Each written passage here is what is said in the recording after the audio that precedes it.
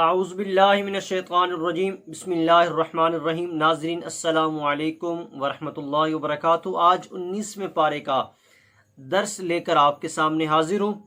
ناظرین، ابھی تک آپ کو یہ تو معلوم ہو چکا ہوگا کہ الحمدللہ بندہ نہ چیز اختلافی چیزوں کو ناپسند کرتا ہے، اور ہر وہ چیز جو اختلاف امت کا باعث بنے اس کو پروموٹ کرنا نہ میری ذاتی خواہش ہے، اور نہ ہی اس چینل کا اس طرح کا کوئی ارادہ ہے کہ فیوچر میں بھی اس طرح کی کوئی پلاننگ کی جائے۔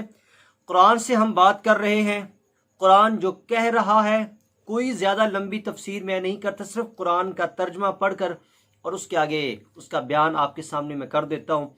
میں امید کرتا ہوں کہ جو ایک مقصد ہے کہ ہم قرآن کو کسی مسلک کی ترجمانی کے بغیر پڑھیں، میں امید کرتا ہوں کہ آپ لوگ بھی اسی کوشش میں لگیں گے اور آپ بھی ہمارے قدم کے ساتھ قدم ملائیں گے۔ 19واں پارہ اللہ تعالیٰ ارشاد فرماتا ہے، وَقَالَ الَّذِينَ لَا يَرْجُونَ لِقَاءَنَا لَوْلَا أُنزِلَ عَلَيْنَا الْمَلَائِكَةُ أَوْ نَرَى رَبَّنَا۔ فرمایا کہ وہ لوگ جو قیامت کے دن ہمارے ملنے کی امید نہیں رکھتے، انہوں نے کہا کہ نبی کریم صلی اللہ علیہ وسلم پر فرشتے نازل کیوں نہیں ہوئے، او نَرَى رَبَّنَا، یا جو رب ان پہ وحی بھیجتا ہے ہم نے ان کا دیدار، اس کا دیدار کیوں نہیں کیا۔ یعنی اس طرح کی گستاخانہ باتیں صرف کافر ہی کر سکتا ہے۔ یہ تو رب کے بارے میں تھا، حضور کی ذات پہ بھی اگر گستاخانہ بات کی جائے تو نعوذ باللہ ہمارا اس بات سے اور اس بندے سے کسی بھی طرح کا کوئی تعلق نہیں ہے۔ جو آج ایک خاص آیہ مبارکہ اور اس سے آگے ملتی جلتی 2-3 آیات میں آپ کے سامنے پڑھنے والا ہوں، یہ بڑی قابل توجہ ہیں۔ اللہ تعالیٰ سورۃ الفرقان آیت نمبر 27 ارشاد فرماتا ہے، وَيَوْمَ يَعَدُّ الظَّالِمُ عَلَىٰ يَدَيْهِ، اور جس دن، اس دن آپ دیکھیں گے کہ ظالم لوگ اپنے ہاتھوں کو چبا رہے ہیں۔ یہ قیامت کے دن کی بات ہے۔ کیا کر رہے ہیں؟ اپنے ہاتھوں کو چبا رہے ہیں۔ یقول، اور وہ اس دن کیا کہہ رہا ہوگا بندہ؟ کہہ رہا ہوگا، یا لیتنی اتخذت مع الرسول سبیلا، کاش میں نے دنیا میں رسول اللہ صلی اللہ علیہ وسلم کے ساتھ کوئی تعلق بنا لیا ہوتا۔ قیامت کے دن وہ افسوس کرے گا۔ یہاں پر رب کی ذات نے کافر نہیں کہا، لفظ ظالم استعمال کیا ہے۔ اب اگر اس لفظ کے تحت بات کی جائے تو وہ مسلمان بھی ہو سکتا ہے۔ اب میں آپ سے ایک سوال کرتا ہوں، قیامت کے دن رب سوا نیزے پہ اتنا فاصلہ ہوگا جب رب تعالیٰ بھی انسان کے انتہائی قریب ہوگا۔ فاصلہ تو خیر ہم اس کو نہیں کر سکتے، لیکن رب تعالیٰ کا عرش انتہائی قریب ہوگا اور رب کے جلوے بھی سامنے ہوں گے۔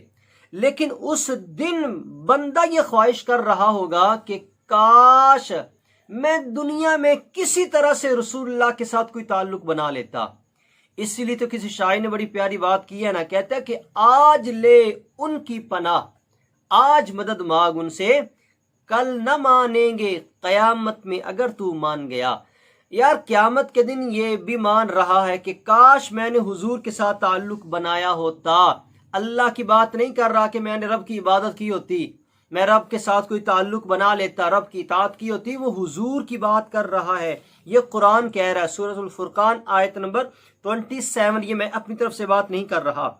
اور اس سے اگلی آیت سنیں، یا ویلتا لیتنی لم اتخذ فلانا خلیلا، اور وہ اس وقت کہے گا کاش میں نے دنیا میں فلاں بندے کو دوست نہ بنایا ہوتا۔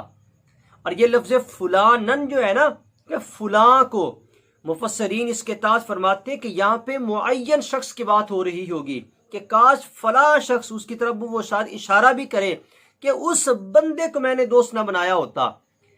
آج کسی سے تعلق بنانے سے پہلے، کسی کو دوست بنانے سے پہلے اور کسی کو فالو کرنے سے پہلے آپ یہ ضرور سوچئے گا کہ کہیں قیامت کے دن یہ وہی بندہ تو نہیں جس کے بارے میں میں یہ کہہ دوں کہ کاش میں نے اس سے تعلق نہ بنایا ہوتا۔ لقد اضلنی عن الذکر بعد اذ جاءنی، بے شک اس نے مجھے بہکا دیا حالانکہ میرے پاس نصیحت بھی آئی تھی۔ اب رب کی ذات نے بندے کے پاس قرآن بھیجا، قرآن سمجھانے والا بھیجا، قرآن کو سمجھانے والے اولیاء کرام بھیجے، اب یہ بندہ اگر پھر بھی راہ ہدایت پہ نہ آئے تو پھر اس کا قصور ہے نا۔ وقال الرسول یا ربی ان قوم اتخذوا هذا القرآن مہجورا، اور یہ بڑی ایک اہم آیہ مبارکہ ہے، آیت نمبر ہے 30۔ اور رسول نے کہا اے میرے رب، بے شک میری قوم نے اتخذوا هذا القرآن مہجورا، میرے اس قرآن کو چھوڑ دیا۔ یہ روز قیامت ایک تفسیر یہ ہے کہ حضور یہ روز قیامت کہیں گے میری قوم نے قرآن کو چھوڑ دیا، حالانکہ ہم نے تو قرآن کو سینے سے لگایا ہوا ہے، ہم نے قرآن کو کیسے چھوڑ دیا؟ قرآن کو ہم نے اس لیے ایسے چھوڑ دیا، آج ماہ رمضان کا 19واں روزہ ہے، اس 19ویں روزے میں کتنے لوگ ہیں جنہوں نے قرآن پاک کی تلاوت کی ہے؟